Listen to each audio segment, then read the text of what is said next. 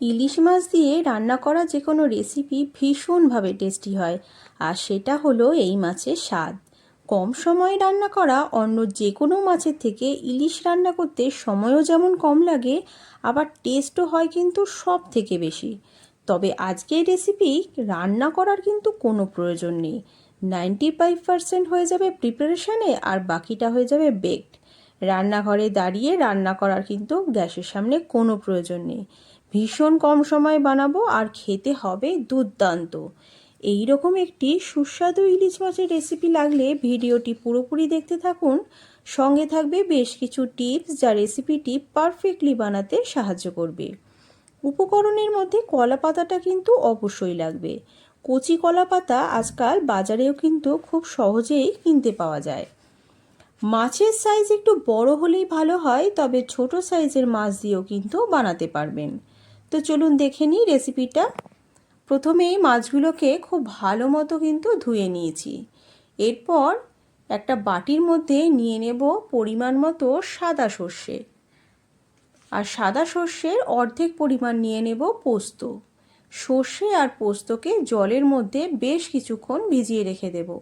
এটা দিয়ে যে পেস্টটা আমি বানাবো সেটা কিন্তু খুব স্মুথ হবে, আর চারিদিক কিন্তু দানা দানাও লেগে থাকবে না। তো সেই জন্য মোটামুটি আধা ঘন্টা এইভাবে ভিজিয়ে আমি রেখে দিয়েছি।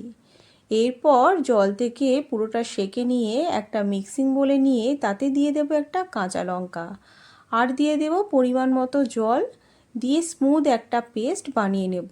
জলটা একটু সাবধানে ইউজ করবেন, কেননা এই পেস্টটা যেন কোনো মতেই একদম পাতলা না হয়ে যায়। এই রকম একটু ঘনভাবে বানাতে হবে, তাই জলটা কিন্তু আস্তে আস্তে ইউজ করতে হবে। পুরোটা বানানো হয়ে গেলে একটা বড় বাটির মধ্যে পুরো পেস্টটা আমি ঢেলে নিয়েছি।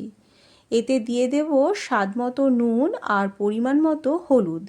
আর কিছু কিন্তু দিতে লাগবে না, তবে সর্ষের তেলটা কিন্তু অবশ্যই লাগবে। এই সর্ষের তেল কিন্তু একটু বেশি পরিমাণেই দেবেন, কেননা এইসব রেসিপি তেল ছাড়া খেতে কিন্তু খুব একটা ভালো লাগে না। তাই খুব ভালো মতো মোটামুটি যতটা সর্ষের তেল লাগে ততটা দিয়ে পেস্টটাকে খুব ভালো মতো সর্ষের তেলের মধ্যে মেখে নেব। এতে পেস্টটা কিন্তু খুব ভালোভাবে নরম হয়ে যাবে। যতক্ষণ না পর্যন্ত এই সর্ষের তেল আর পেস্টটা একসাথে মিলেমিশে যাচ্ছে, ততক্ষণ পর্যন্ত কিন্তু এটা এইভাবে মাখাতে থাকবো। পুরোপুরি কাজটা হয়ে গেলে এতে ইলিশ মাছের পিসগুলো সব কটা দিয়ে দেব।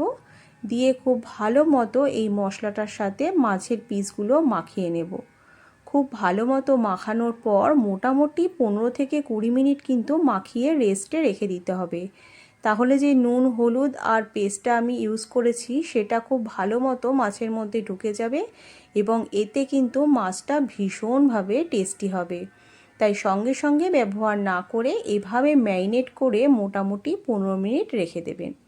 এরপর কচি কলা পাতা খুব ভালো মতো ধুয়ে একদম ড্রাই করে নিয়েছি। প্রয়োজন পড়লে কলা পাতাগুলো একদম খোলা তাওয়ায় হালকা করে সেঁকেও নিতে পারেন, তবে আমার সেটা প্রয়োজন হয়নি, খুব ভালো মতো মুছে ধুয়ে নিলেই হবে। এরপর মাছগুলোকে মশলার সাথে প্লেস করে একটা কাঁচা লঙ্কা আর 1 থেকে 1.5 চামচ প্রত্যেকটা মাছের সাথে কিন্তু সর্ষের তেল দিতে হবে। কাঁচা লঙ্কাটা এই কারণে দিলাম, অনেকে ঝাল খেতে পছন্দ করে, তো যারা ঝাল খেতে পছন্দ করে তারা মাছের সঙ্গে এই লঙ্কাটা মেখে খেতে পারবে। এরপর কলা পাতাটা খুব সাবধানে মুড়ে সুতোর সাহায্যে খুব ভালো মতো বেঁধে দিলেই মোটামুটি প্রিপারেশান কিন্তু কমপ্লিট। সুতোটার ক্ষেত্রে বলি, পাতলা সুতো না নিয়ে একটু মোটা ধরনের সুতো নেবেন, তাহলে এটার বাইন্ডিংটা খুব ভালো হবে, আর এটা খুলেও আসবে না এবং কলা পাতাগুলো ফেটে যাবে না।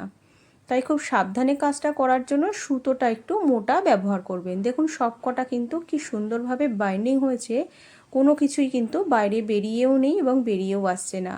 তো এইভাবে সব কটা খুব সাবধানে আমি বানিয়ে নিয়েছি। প্রত্যেকটা কিন্তু সুন্দরভাবে বাঁধন হয়েছে, একটাও কিন্তু খুলে আসেনি। এরপর কড়াইতে অল্প একটু সর্ষের তেল দিয়ে লো হিটে মাছগুলো দিয়ে এভাবে স্টিমে রেখে দেব। মোটামুটি কিছুক্ষণ রেখে দিলে পাতাটা কিন্তু বেশ পুড়ে যাবে। এরপর প্রত্যেকটা এভাবে উল্টে দিয়ে আবারও কিন্তু ঢেকে দেব, আর গ্যাসের হিটটা কিন্তু লোই রাখতে হবে। মাথায় রাখবেন, এই কলা পাতা যত ভালোভাবে পুড়বে তত কিন্তু মাছের টেস্ট বাড়বে। তাই পাতাগুলো খুব ভালো মতো পোড়ানোর জন্য অবশ্যই কিন্তু গ্যাসের হিটটা লো রাখবেন। এরপর রান্না হয়ে গেলে মোটামুটি 10 থেকে 15 মিনিট ওই ভাপে রেখে দিয়ে তারপর ভাতের সাথে পরিবেশন করে দেখুন, খেতে ভীষণ ভালো লাগবে। অত্যন্ত সুস্বাদু খেতে কিন্তু এই রেসিপিটা। বানাতে কিন্তু একদমই সময় লাগে না। আর সবথেকে ইন্টারেস্টিং ব্যাপার হলো, গ্যাসের সামনে দাঁড়িয়ে দাঁড়িয়ে রান্না করারও কিন্তু কোনো প্রয়োজন হয় না। খুব ইজিলি রান্নাটা হয়ে যায় এবং খেতে কিন্তু খুবই ভালো হয়। খুবই কম সময়ে এই রেসিপিটা তৈরি হয়ে যাবে। আপনারাও বাড়িতে বানিয়ে রাখুন এবং রেসিপিটা আপনাদের কেমন লাগলো অবশ্যই কমেন্ট বক্সে আমাকে জানাবেন। ভালো লাগলে অবশ্যই একটা লাইক আর শেয়ার করে দেবেন এবং আমার চ্যানেলটিকে যদি সাবস্ক্রাইব না করে থাকেন তাহলে অবশ্যই চ্যানেলটিকে সাবস্ক্রাইব করে দেবেন। তাহলে এরকম আরও অনেক সুন্দর সুন্দর রেসিপি আপনারা খুব সহজেই পেয়ে যাবেন।